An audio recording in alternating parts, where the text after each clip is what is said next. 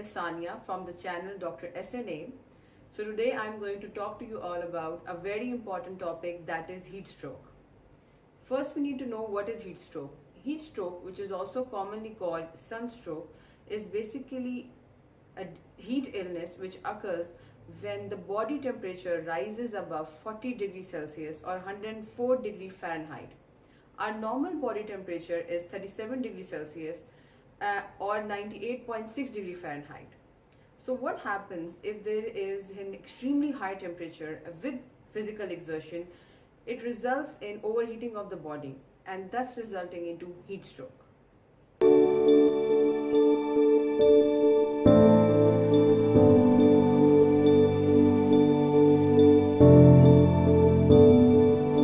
Heat stroke is common among the tropical and subtropical countries such as Thailand, Taiwan, India, Pakistan, the African countries and the Gulf countries. So what do all these countries have in common?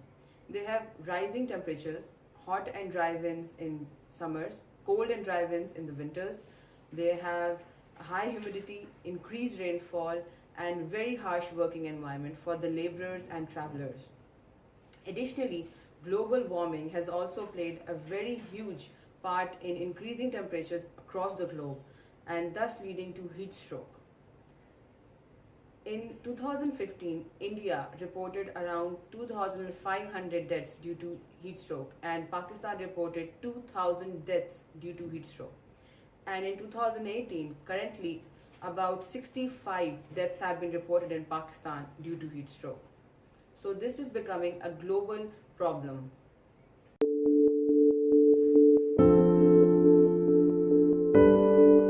Now, as you all have a little bit background knowledge of heat stroke, let's discuss the risk factors of heat stroke. Age. The extremes of age is a very important risk factor. In young children, as CNS system is not developed, and in elderlies above 65 years of age, the central nervous system is deteriorating.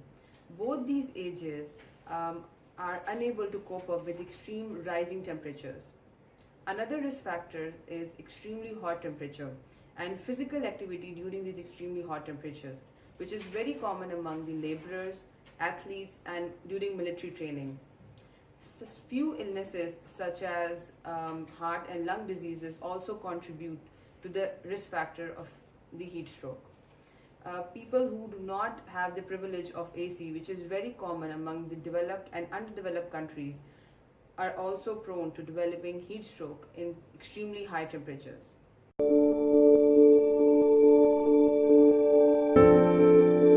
So let's talk about what are the signs and symptoms of heat stroke. Rising body temperature, that is above 40 degrees Celsius, increased heart rate, increased breathing, flushed skin, altered sweating, that means either sweating a lot or not sweating at all, and nausea, vomiting, and very importantly altered mental status, that the person might be confused, could be very irritable, could also have fits, seizures, hallucinations, and in worst case scenario can lead to coma or death. So it's very important to know what are the signs and symptoms of heat stroke, so a prompt medical treatment should be given and death should be prevented.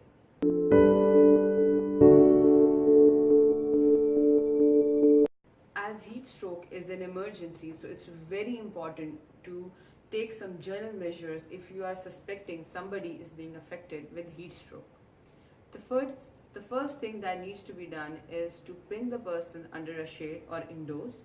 Remove any excessive clothing a person might be wearing. You need to take measures to decrease the body temperature by giving the person a cold bath or sponging, or you can put ice packs under his armpits or groin. It's very important to hydrate the person, and it's very important to give the person ORS because there might be any electrolyte imbalance due to excessive sweating and that needs to be corrected. In these circumstances, once you have taken your general measures, it is very important to take the person to a hospital setting. Over there is supervision, and under that supervision the complication of heat stroke could be prevented.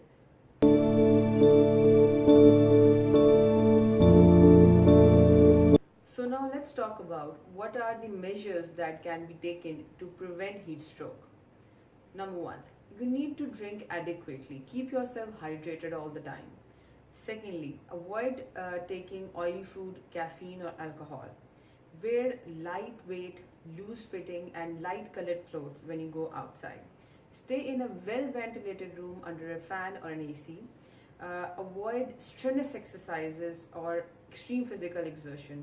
This message is especially for the employers to keep their workers safe and provide them with adequate facilitation to avoid developing heat stroke in such harsh conditions.